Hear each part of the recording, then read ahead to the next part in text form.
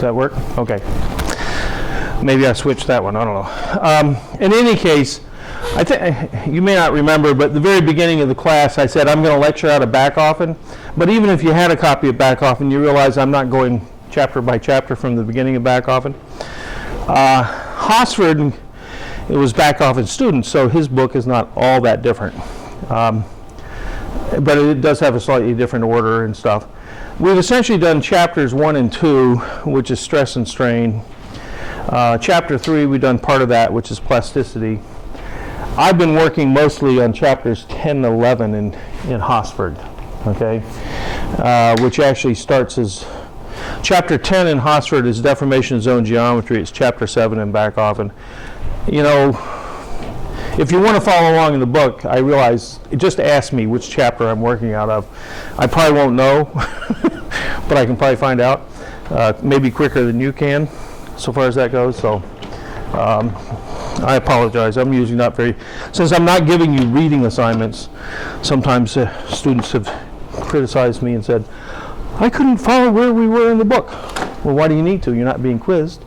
You know, so I have this lousy attitude. I used to hate quizzes and things. Okay, one of the things that I wanted to talk about, because I don't know if it's just my poor explanation or whether it's something else, but when I actually put up, it's not very dark. Let's open this up and brighten it a little bit. Okay. When I put up, when I use these and talk about shear going this way and that, there is something called positive shear, which you can, depending on how you define whether you're a right-handed or left-handed coordinate system, there would be positive shear and there would be negative shear. And it's just a question of whether the top is going in the positive direction or the negative direction in your coordinate system. But they're, you know, shearing in that direction is a mirror image of that, and so one's positive and one's negative. And I've talked about redundant work, and I think you understand that if I go this way and then that way, that I've done 3 times the work to get 1 times the shape change. But I'm not sure that you've thought about it in terms of a streamline. If you took a streamline of a little rectangle of material along this streamline, and it had to first curve this way, it would take a positive shear. And it comes along here, and where it's going straight, nothing is happening in terms of shear. And then as it has to turn this corner, it has the opposite curvature. And so it's another, okay, so that should be a double shear, okay, to do a dog leg type of path. And that is how the whole thing started out as a rectangle, and it ended up as a sheared rectangle, but in fact it had to go twice to get there in that particular case of a dog leg. In other forming operations, it may go 3 times. Okay, so think of the contours whenever you turn a corner, whenever you have a radius to that flow line, you're introducing redundant work. And in fact, if you really want to know about that, I'm not going to go through it, at least not in any detail if I do go through it. But chapter 7 of Hosford, I think, is slipline field analysis. And this is I've actually shown you a couple of figures from Backhoffen or Hosford on slipline field analysis, but it's where you get the 1 plus pi over 2. Okay, remember on the deformation zone geometry, for delta is equal to 1, you have a p over 2 tau y is equal to 1. So it's just the compressive yield strength. You get up here to delta is equal to 10, and it's 1 plus pi over 2. And I said, don't worry about it. Well, that pi over 2 is how many radians of curvature the material had to experience to take that shape change. Okay? So pi over 2 is 90 degrees, isn't that right? Yeah, okay. If I remember. Okay, so if it took a 90-degree turn to make the change, or here, it's not a full, it may be 45 and then another 45, so maybe it is, you know, a pi over 2 or something. It's something, it averages somewhere in between. Okay, so that's a little more on that because I was getting some sort of glassy-eyed looks. And we talked, oh, okay. I wanted to put this up and talk about, again, not about forgeability of different alloys to a certain extent. This was the forgeability of aluminum. If you started out with some little disc of material, you actually could, in a single shot, get quite a bit of, you can turn it into an I-beam basically, whereas if it was a nickel-based superalloy, you would not be able to do anywhere near as much. Okay, so it's very dependent on the type of material, the work hardening at the temperature you're doing everything at, and whatnot. But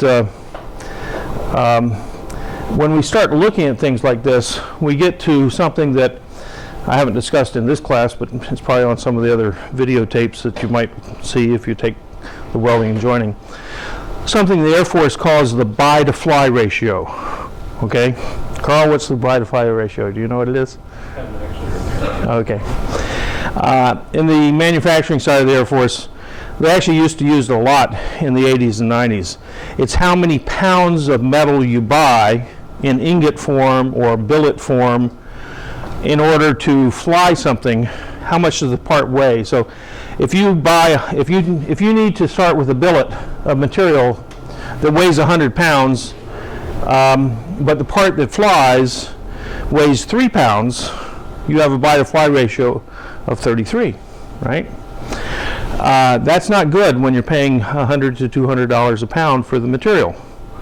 That means that 97% of your cost, and let's face it, if you're talking about a 100-pound ingot or billet at $200 a pound, you're talking $20,000 for the part, and you're going to fly about $600 of that $20,000 of material, and the rest of it goes into machining chips, which, okay, you can recycle those at 20 cents on the dollar or something, you know, depending if it's a valuable metal, you might get 20 cents on the dollar for it. So you've lost a few, you know, $15,000 of value just because these things have to be made in big heavy bulk and then machined away to much less.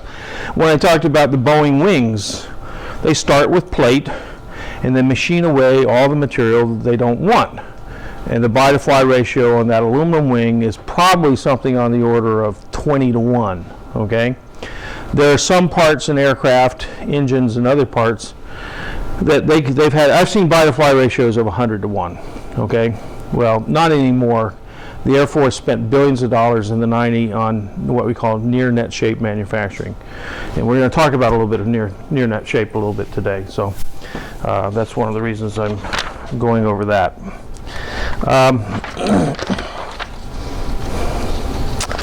Now, I was just starting to get into casting defect or forging defects, types of forging defects that you might get. This is an example of a what we call a closed die forging.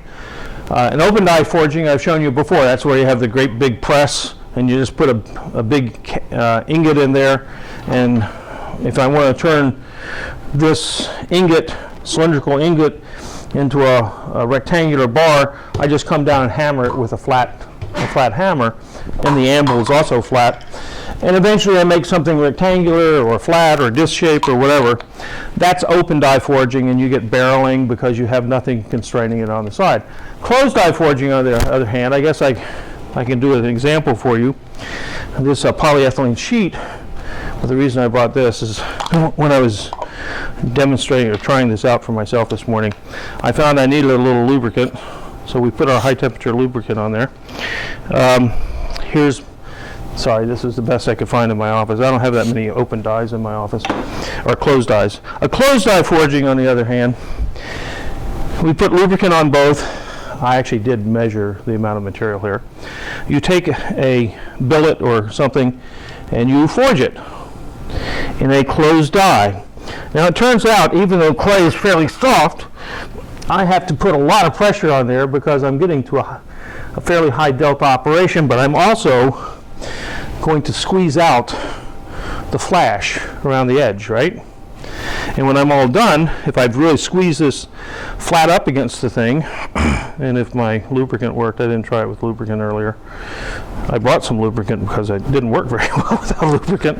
Looks like it's not working very well with lubricant either. Well, maybe I'll take this one off. And there's my part. I made a little beginning of half an Easter egg, okay? But I've got all this flash on the outside. And I've got to trim that, and that's part of my waste in my buy-to-fly ratio, right? But that's a closed die forging, and obviously you can get much better dimensional tolerances. Well, that's the wrong lubricant for this application, isn't it? Anyway, fortunately, the buy cost of this was not very high. In any case, you can get much better dimensional tolerances, although you still have to have draft angles. You can't make something with absolutely square sides because you can't get it out of the mold. I mean, so far as that goes. But in any case, in a closed die forging, when you're trying to fill some cavity, if you just think about it, it's not all, here's the flash, but as you're trying to fill this mold, you will get situations where you actually get overlaps. Now, how common are they? Well, they're not very common. I actually can only think in my career of one forging lap defect that caused a problem. Well, I take that back. I can think of two. One was the Germans had forged 20-foot long shaft for a plastic injection molding machine, and it had been machined and everything, went into service, and about a year and a half later it had a big fatigue crack, and it had a forging lap that was about an inch long and about a quarter-inch deep. And that's where the fatigue crack started. Duh. I mean, you get a flaw that's that big in something that's rotating. And of course the Germans said, oh, couldn't have been ours. Except you always know it's a forging lap because the whole lap surface is oxidized. It was formed at 2,000 degrees Fahrenheit, okay, in the air. And so it's full of oxide and decarburization if it's steel and everything else. It's unmistakable. So eventually they had to own up to that.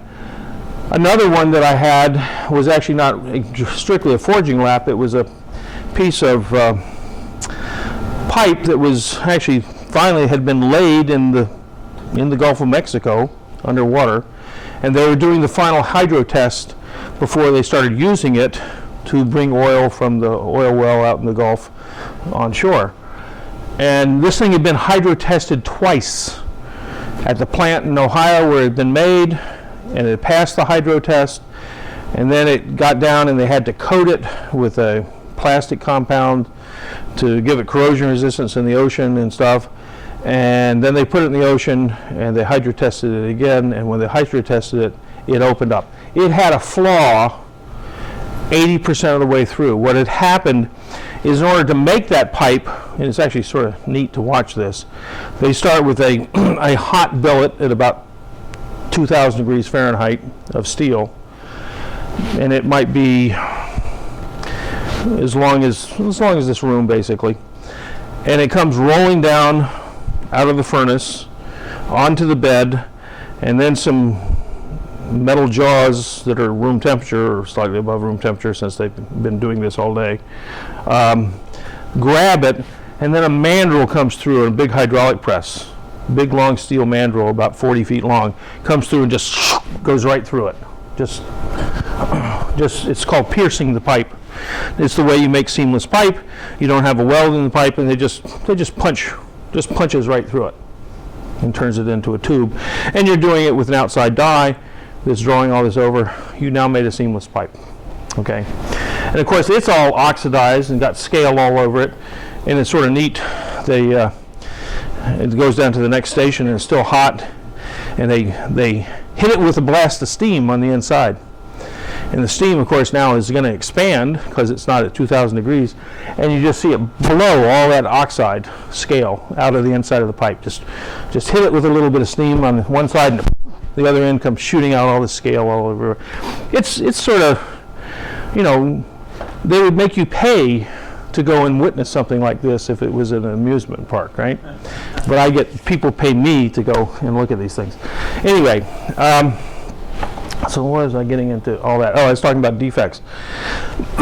That particular one, a piece of the mandrel had broken off, and it had gotten embedded into the surface of the steel. So the mandrel is relatively cold. By the way, they have hundreds of mandrels, and the mandrels can be used once before they get rotated back through to go through a cooling process. So the mandrels have to be cold. They got to be pretty strong to pierce this thing. And so they get used once. And then they come back about an hour later after they've cooled down. So they got about 100 of these mandrels just running through in circles. And so they fatigue, and this one had fatigued. No one caught it. They did a non-destructive testing inspection, but it was at the end of the pipe. The technique they were using for, except the ends where they had to grab it, for the main 40-foot length was an automatic eddy current inspection, very, very reliable, because this defect was like 3-4 inches long and 3/8 of an inch deep. The problem is on the ends, they couldn't do that because they had to grab it for the eddy current inspection, and so the ends weren't inspected, but it allows that you can go in there with magnetic particle, and that's all done with a bunch of, looks like immigrant labor, probably illegal immigrant labor, but they go in there and they squirt a little magnetic powder on the inside, and they got a flashlight and they look to see if they magnetize it and see if they see a flaw. And you can imagine that if you get to do that for 8 hours a day, you might miss something from time to time. And they did, they missed it. So it wasn't if they hadn't inspected for it, but they missed it. Things will get through. Even when you have very good quality control, if there's still people in the process, the error rate is still on the order of 1% or so. So just because something's been inspected, don't assume that it's good. Okay, you're still going to have some failures. In any case, you can have lapping defects. Another type of defect, which I'm showing you because it's in the books and they talk about it. I have never seen it personally, but I do have a sample of it here. I did have a sample of it here. What happened to my sample? Oh, here it is. Okay, this is, if you're extruding something, you get an end effect when you have the die trying to extrude out the hole. Oops, you can't see that, can you? What's the problem with this thing? Okay, so if I have a die, not too far. This thing does have a lot of overshoot on the. Okay, so you got a die, you're extruding this, and at the end you basically get a dead zone. I mean, if you're extruding this way to make a cup, in this case you're just extruding and you're getting to the end, you end up with a dead zone that forms because the metal can't flow. It doesn't want to go too far in that direction and turn a 90-degree turn. It wants to have flow lines, right? And so you can get a little defect. This is one of Backhofen's samples. This is an extrusion. You can see it's the end of the extrusion press, and it's got a little dimple right there. So that's defect is inconsequential, but in some cases that type of defect shows up in forgings because people weren't careful about the end of the forging. Okay, we can go through this as much detail as, well, if I'm talking about defects and forging laps, this is, let's see if I can, these are some examples of forging laps out of a steel mill. Scabby surface, this case is a bloom, so it's actually been rolled. These are rolling laps. Semi-finished rolled product, that one you can't see very well. And here's the types of things, semi-finished rolled product. These little grooves in here are probably scale that's been rolled in, and they could be 1/8 of an inch deep. Okay, this whole thing is probably 6 to 8 inches wide. So when you see grooves like that, they're pretty good sized things. So in fact, at the steel mill, you have a buy to fly ratio in a sense. In fact, they call it yield at whether it's a steel mill or an aluminum mill, how much you cast to how much you ship. And when I started at Bethlehem Steel in 1974, the overall product yield was about 65% for the whole corporation. All products. And Bethlehem was the second largest steel company in the world at the time. They made everything from wire to I-beams to huge forgings, you know, everything, sheet metal. And they had an overall 65%. If they could have gotten to 67%, they could have doubled their profitability, maybe even 66%, maybe a 1% change. Now what happened is somewhere between 65 and in the early 1980s, over about a 20-year period, they went from ingot casting to continuous casting. And what happened then to the yield ratio was it got up from 65% to 97%. Okay, so if I cast an ingot, I'll actually have slightly beveled sides to the mold. And by the way, the mold has to have fairly thick walls because it's going to, if it's just a cast iron mold, it's going to have to carry out the heat from all this liquid that's in here. You fill it up to some level of liquid, but the liquid shrinks as it solidifies. And if it's what we call a killed steel, the final product looks like this, and you have a big gap here. You can take the welding course and actually talk about how one company ended up forging this casting into a 33-inch diameter shaft. I told you about my 33-inch diameter fracture in the mid-80s. This went as a propeller shaft on a liquid natural gas carrier, and it stopped dead full of LNG in the middle of the Philippine Sea. And they were airlifting in Learjets fittings so that they could transfer the LNG to another empty LNG cargo tanker that was coming back from Japan. This is a whole series of LNG ships going from Indonesia up to Japan and back. And so this one was going up to Japan full, and when it lost power and couldn't go anywhere, full of LNG, you could have had a big explosion, which would have upset a lot of people. It may not have killed very many, but remember, those same LNG tankers come in once or twice a month into Everett over here, okay, right through Boston Harbor. And one of the biggest concerns that the Homeland Security has for Boston is all you need is a rocket-propelled grenade, and when that thing's coming in, you will wipe out half of Boston if you do that.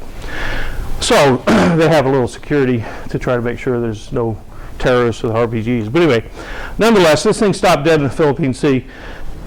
Well, the problem with the old ingot casting of steel was you threw away the top 1/4 of the steel. You were down to 75% to begin with.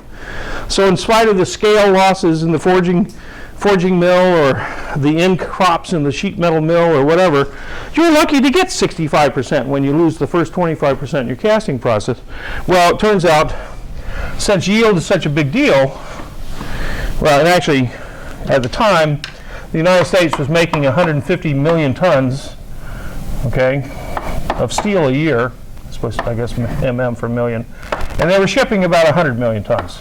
There's your 65% yield. Well, in the 70s basically in the decade of the 70s, but starting in the 60s, they switched to continuous casting. Continuous casting, you don't have to crop the top, okay, because you just cut it off, and then the bottom of one is the top of the other. And so now your yield shoots up, and now in the worldwide steel industry, they still have to ingot cast some big forgings where you may still have a 60% yield on your final product, but most of the product is continuously cast, and some steel companies have 97% yield now. And what happened to the steel industry, several things happened, but one of the things that happened is all of a sudden, if in a 10-year period you were producing 1/3 more steel than you needed in the casting shop, because now you switched to continuous casting, all of a sudden your capacity in all your plants around the world is 50% larger than you need. And so there was a tremendous overcapacity because of continuous casting. Here is a wonderful development, but it nearly bankrupted the steel companies because they started competing with each other on price for the market because they all had excess capacity, okay? And so the world decided the steel industry was a dying industry, when in fact they had just had a huge gain in productivity, but that gain in productivity almost bankrupted them, right? Think of the irony of this, right? So you have to, the moral of this story is, you have to be careful about what you wish for, right? Okay, big disruptive changes in technology can be very harmful, or can be very painful, not harmful, but painful. In any case, what I wanted to talk about is, it may not be obvious until you think about it for about 30 seconds, but if I want to start with a rectangular or square billet and make it into another smaller square billet, this is actually out of the U.S. Steel book, and they show you the types of dies. First of all, you don't take a square billet like this and deform it on its flat sides. You deform it on the edge, on the peaks, right? And so you go from being a square to being a parallelogram, okay? And then you flip it 90 degrees and you take the long axis of the diamond and you squeeze it again. And it sort of makes sense if you think about it. It's easier to make dies. You're not trying to squeeze things from the side. But this gets sort of messy in terms of the types of shapes you might. If you wanted to make a straight I-beam, your final passes look sort of strange.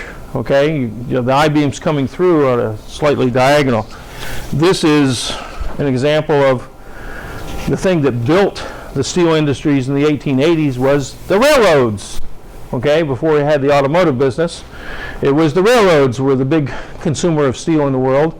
That's what made Andrew Carnegie the richest man of the world. He was the Bill Gates of his day. Have I told you the story of Andrew Carnegie and my grandfather? No, I'll have to tell you that sometime. Anyway, so you start out with something that comes out of the blooming mill, which is called a bloom. Okay, which is just sometimes called a billet, or you call it a rod. And these are the shape changes you go through to end up with an I-beam or a steel rail. Okay, so they've got 10 steps, 10 sets of rolls to make a railroad wheel. Okay, here's another example. I mean, I can show you examples all day, but out of the same book of the breakdown pass. You first just kind of squeeze it in, and you get these things, and you finally end up with the finishing pass. And in fact, the thing that made Bethlehem Steel, Andrew Carnegie had started U.S. Steel, and it was the king of all the steel mills in the world in the 1880s and 90s. And there's a guy, his right-hand man in Pittsburgh was a guy named Charles Schwab. Not Charles Schwab, it was Schwab, but Charles Schwab's the investor. I think it might have still been Charles Schwab, but anyway, I can't remember the Schwab of Bethlehem Steel 1890 fame, but they had a little bit of a tiff, and Schwab went off and found this little iron mill in Bethlehem, Pennsylvania, and those guys had just learned how to put molybdenum in steel to make high-speed steel. And without getting into all the metallurgy of that, it turns out molybdenum forms molybdenum carbides, which don't dissolve until higher temperatures, and so you can get these hard carbides, and the steel will retain its hardness to about 1,000 degrees or 1,100 degrees, whereas ordinarily at 700 or 800 degrees the steel is starting to soften. But you get what's called a secondary hardening peak because of these molybdenum carbides, and you can have a hot works tool steel that can hot work at 1,100 degrees Fahrenheit as opposed to 600 or 700 degrees Fahrenheit. Well, let's face it, this is going to improve the life of drills and all kinds of things that get hot when you work them. And so that was the first big invention that helped grow Bethlehem Steel.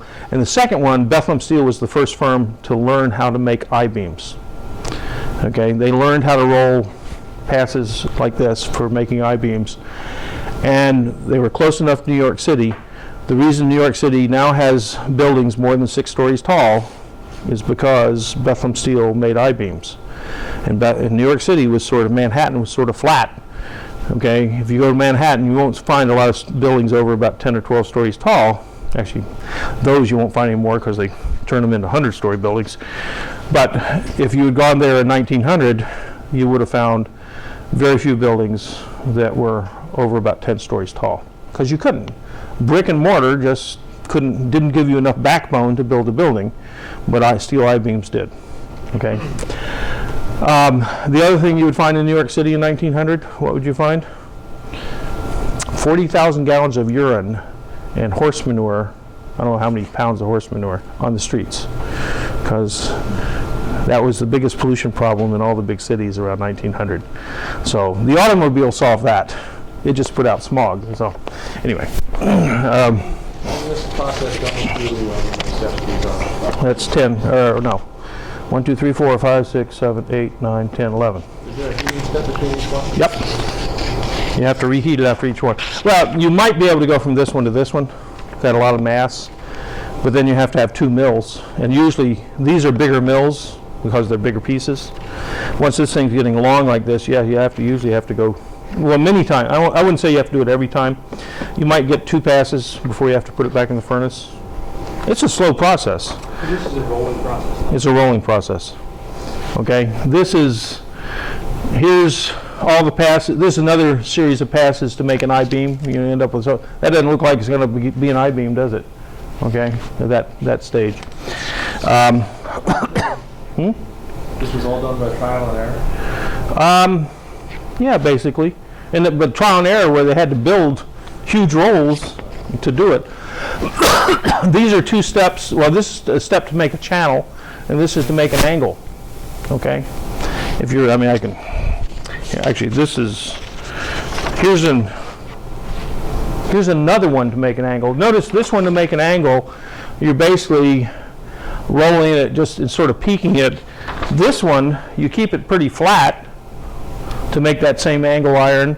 Keep it pretty flat, and you're just forging sort of you're rolling, not by forging though.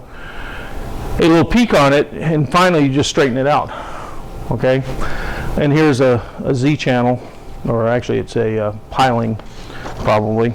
Actually, this is a piling, okay? A piling are interlocking things that this one interlocks into that one, and you drive them into the ground so that you can dig a pit in the ground and work in the pit without the walls caving in on you. A lot of steel used for pilings. Anyway, so this is what you have to do to form a piling. These last ones, I don't know if they're hot formed in that same type of mill, or they're probably a separate little mill that does that. Anyway, I think it's sort of interesting to look at this. Nowadays, they actually probably would do it on a computer, but back then, it was sort of trial and error. Are the prices still roughly the same now as they were back then? I'm going to show you how they do it now. But until 1985 or so, yes, for about 100 years, that was the way they did it. And actually, for some of the smaller beams, it might be 20.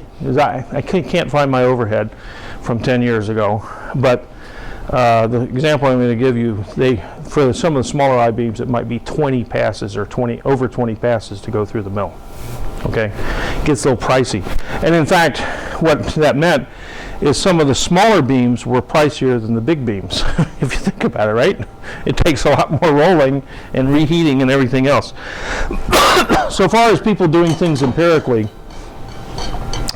so once 20 years ago, actually probably 25 years ago, I used to consult for a gold company down here in Attleboro, Massachusetts. And I think I mentioned they went through 7 tons of gold a year, and they had their own continuous casters for carat gold alloys. And that plant, it's still there. It's been there for 113 years now. It started in 1899, so it's right over the door. But that plant, to make gold tubing, now I actually got them set up with a gold welding machine, okay, so they could weld carat gold tubing longitudinally. I had to go to Steamboat Springs, Colorado one winter to see the guy who makes these little, just had a big machine shop in Steamboat Springs, so he wasn't building welding machines, he was out skiing, right? But anyway, but before that, they made gold tubing. Now, what do you use gold tubing for? Anybody have an idea? If you make heavy wall gold tubing, you can machine it into little circular things called rings, okay? So a lot of wedding rings are made with gold tubing. But one of the a very profitable thing in the Boston area, you go down here to downtown Boston, and there's a jeweler's building in place, and there's a bunch of flute manufacturers. I guess now I'm supposed to pronounce it flout, right? A flout. Someone's not a flutist, they're a flautist. Have you heard that? Anyway, so, and what's his name? Professor in this department, Harry Gatos, was a Greek, and he graduated from the department, and then he went off to Lincoln Lab and headed up the solid state division, and came back here in the mid-60s, and he was called Mr. Gallium arsenide. He was the world's expert on gallium arsenide before it went into cell phones. He's the one who really did all the basic research to make gallium arsenide a viable semiconductor. He was also a very accomplished, or he is also, he's well into his 80s now, very accomplished flutist. And if you walk down Building 13 when I was a student, you'd hear him in there during the middle of the day playing his flute. He played for the Boston Symphony and a few other people as a guest soloist and stuff. He had gold flutes, silver flutes, gold flutes, and he had one of the 6 platinum flutes in the world at the time. Okay. But anyway, they made their tubes by a deep drawing process like this. And just great big long press, just coming in, just start out with a piece of karat gold and make it. And then they also would do gold filled material, which is a clad material, clad on the copper brass with gold on the outside. And they asked me to redesign their dies, which is why I started thinking about this. You asked the question, was this all done empirically? If you looked at the dies, when you went from one die to the next, some of them had like I think one of them had a 9% reduction. And another one had a 35% reduction. I mean, there's no logic whatsoever. And so I redesigned their dies for them, especially going and calculating, logical steps of progression. Okay? Some of the dies that had 40% or something might be cracking, getting high failure rates. The other ones at 9% could have been setting up stresses that actually could have been bad later on. Okay, remember I told you you want to get a fair amount of deformation in. You don't want to do these little light passes. They can do more harm than good. What did you have? Oh, okay. So anyway, so now let me tell you the Chaparral Steel story. Okay, so Chaparral Steel, founded by a graduate of this department, who's now retired. He's from Vancouver, but he worked for a Canadian steel company in the mid-70s. And what Gordon, his name was Gordon Forward. He used to be on the department visiting committee back when I was department head.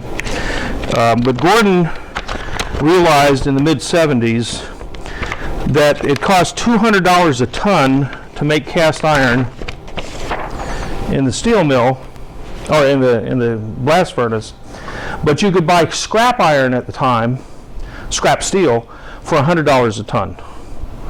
Well, what do you do with the cast iron from the blast furnace? You put it into the steel making furnace and make it into steel. If it costs you $200 for the liquid cast iron, and you could buy scrap steel for $100 a ton, you have a $100 a ton advantage on a $300 or $400 a ton product. That's not a bad advantage. And so Gordon and a few other people around the world realized this, and they started what they called mini mills. Instead of a steel mill that was as big as the last steel mill built in this country was the Bethlehem Steel Burns Harbor plant from 1965 to 1972. Took 7 years to construct it. Cost Bethlehem $5 billion. Okay, Bethlehem was the second largest steel company in the world at the time they started the Burns Harbor plant, which is still in operation. But it almost bankrupted them. Okay, I think they were only about $5 billion a year in sales, and so they were spending a lot of money on capital. And it'd be equivalent today of Intel having to spend $20 billion to build a fab plant, okay, or a $60 billion fab plant. It can bankrupt a company if things don't go right. Or Boeing deciding to build a Dreamliner or something like that. It can bankrupt the company if it doesn't come out properly. So Bethlehem actually finished the plant, and by 74 they were the most profitable year ever. That's when they hired me, and they've been going downhill ever since they hired me. But since then, no integrated steel plant anywhere in the world has ever been built by a company. There have been plenty of them built, but only by countries. They have been built with the backing of an entire nation. POSCO Steel, which became the largest steel company in the world in the late 90s, was built by the Korean government. Okay? That's where the financial backing came from. So it's a political thing to make that big an investment. Well, the mini mill guys, they could build a mini mill to turn out product for 1/10 the capital cost of an integrated steel mill. And they did, and turns out today, there's actually interesting stories about this, but today about half of the U.S. steel market is made in mini mills. Well, what Bethlehem did, not Bethlehem, but Chaparral did, they were making rectangular blooms, and then they decided, why can't we make something a little closer to near net shape? And so they did. They started casting a dog bone. And don't know if I'm going to take all these out, but here's a closer view of the bone. Yeah, that's the problem. Is no, well, there might be there is a backlight. Okay, now I got to figure out the backlight.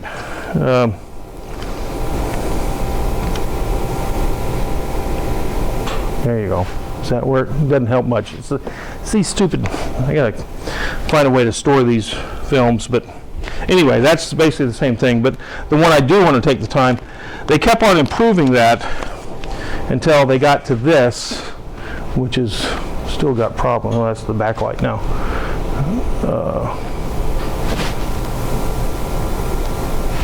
Gotta get to the upper. Okay, well, phooey. Well, I'll pass it around. You can look at it if you want. But now, it's almost an IBeam that they're casting. And they went from 21 passes for the smallest IBeams to about 7 passes. Wow, okay? But not only that, it used to be, if I read some of my notes here from years ago. For roll steel bars, before Bethlehem started doing this, 41% of all the I-beams were imported into the United States. This is early 90s. But by the time they did this, they wiped out all imports because they were so much more efficient by doing net-shaped casting to make the I-beams and wiping out 2/3 of the rolling passes. And they were exporting 20% of the product outside of North America, including Asia, which in the early 90s was just incredible. They had 75% energy savings. They had inline reheat because they didn't have this big heavy thing that you had to stick back in the furnace. They were starting with something after the first couple of passes. It was so thin, they could basically heat it in line with induction heaters, okay, and not have to put it back into the furnace. So they did inline reheat, 28 minutes total to go through the mill, and they ended up with a fine grain chill cast structure that had a higher tensile strength and toughness. They were able to roll these things to get a finer grain size, and if you know anything about grain size and properties, grain size is the only thing that gives you both increased strength and increased toughness. And at the time, the garden variety steel is what's called A36. ASTM A36. It just so happens, this is just coincidence, A36 has a yield strength of 36 KSI, okay, 36,000 pounds per square inch. If you go to the manual, the American Institute of Steel Construction Manual, they would have, back in 1990, design criteria for 36 KSI steel, 50 KSI steel, and 100 KSI steel. The 100 KSI steel was quenched and tempered steel, fairly expensive, but they put that in bridges and stuff when they needed weight savings. But the 36 and 50 was the standard. And of course you would get a premium on the 50 KSI steel because you can save 1/3 the weight when you got 50% more strength, right?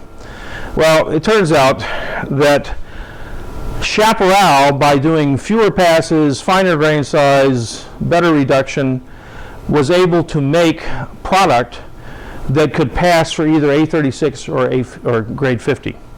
either 36 KSI or 50 KSI, and they could cut their inventory in half. They didn't have to inventory what was A36 and what was it was grade 50.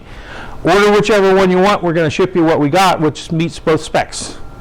And you're getting a better steel if you ordered A36, but we'll sell it to you for the same price as regular old A36 because we don't care. It's profitable enough that we're going to save money on the inventory. We cut our inventory down by half, right? So, I mean, here's an innovation that made Chaparral a world beater, okay, on the IBeam market by going to net shape casting and getting rid of a lot of these rolling passes and getting a better product, okay? So it's sort of a neat little story of something that helped them become profitable, or more profitable. There's lots of good stories about Gordon Ford and Chaparral. I remember, well, I'll tell you the story. When I worked at Bethlehem Steel, in the mid-60s, Bethlehem had built a Taj Mahal. It was the fanciest research laboratory in the world, probably, for metals research. It's called Homer Research Lab. It was after one of their chairmen named Homer, and it was it was just north of Lehigh, well, just south of Lehigh University. Lehigh's on the side of a mountain. Actually, the Bethlehem plant is north of the river. South of the river is a couple of sort of slums where the steel workers lived, and then going up the hill, which is called South Mountain, was Lehigh University on the side, and then you get to the top was Homer Research, and that's where I was hired and I worked. And $600 million facility. In the late 90s or the late 80s, Bethlehem, when they were going under, gave it to Lehigh University to get it off their tax rolls. Okay, but it's like 20 buildings, and it really was a Taj Mahal, and whatnot.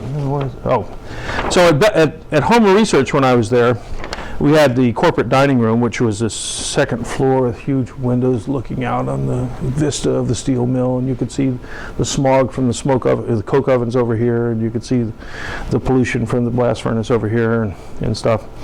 Anyway, they had an executive dining room, which I snuck in once at about 2:30 in the afternoon just to say I'd been in there, but this is where the big shots, like the Don Blickweeds, would eat lunch. And I remember seeing a strawberry once the size of a peach. Okay, I thought, this is amazing. Okay, it was going into the executive dining room. And if I told you all the stories of how the upper management took care of themselves, I lived near the airport, and they had 3 Learjets, which would fly the vice presidents down to Florida in the winter to play golf on the weekends. Okay, this is good corporate management in the United States circa 1975. Which is one of the reasons that after 13 months I said, where do I want to be in 5 years? And the clear answer was not at Bethlehem Steel. And so I left and came back here. I don't know if that was a good idea or not. Anyway, in any case, at Chaparral Steel, so I did a study once with a guy from Harvard Business School. And we spent a few days down at Chaparral and visiting Gordon Forward. And Gordon used to always talk about the corporate dining room at Chaparral. And the corporate dining room at Chaparral was a couple of folding tables, plastic chairs, not as nice as these, nowhere near as nice as these. And then you'd have plastic forks and the little things because they would go out and get some barbecue from the local takeout, right? That was the corporate dining room at Chaparral. So, difference in philosophy between the people who were at one time printing money. And talking about printing money, I think I'm probably just going to show this one other thing, and then what made the American steel industry after World War II great? We controlled 75% of the world's production after World War II. Why? We had bombed out all the rest of the capacity. Hey, it's not every day that a businessman gets to go and wipe out his competition that way. Okay? But the managers, and think about it, in 1975, when I was working for Bethlehem Steel, the managers had been hired about 30 years before, right after World War II. And they came in with this arrogance all through their careers.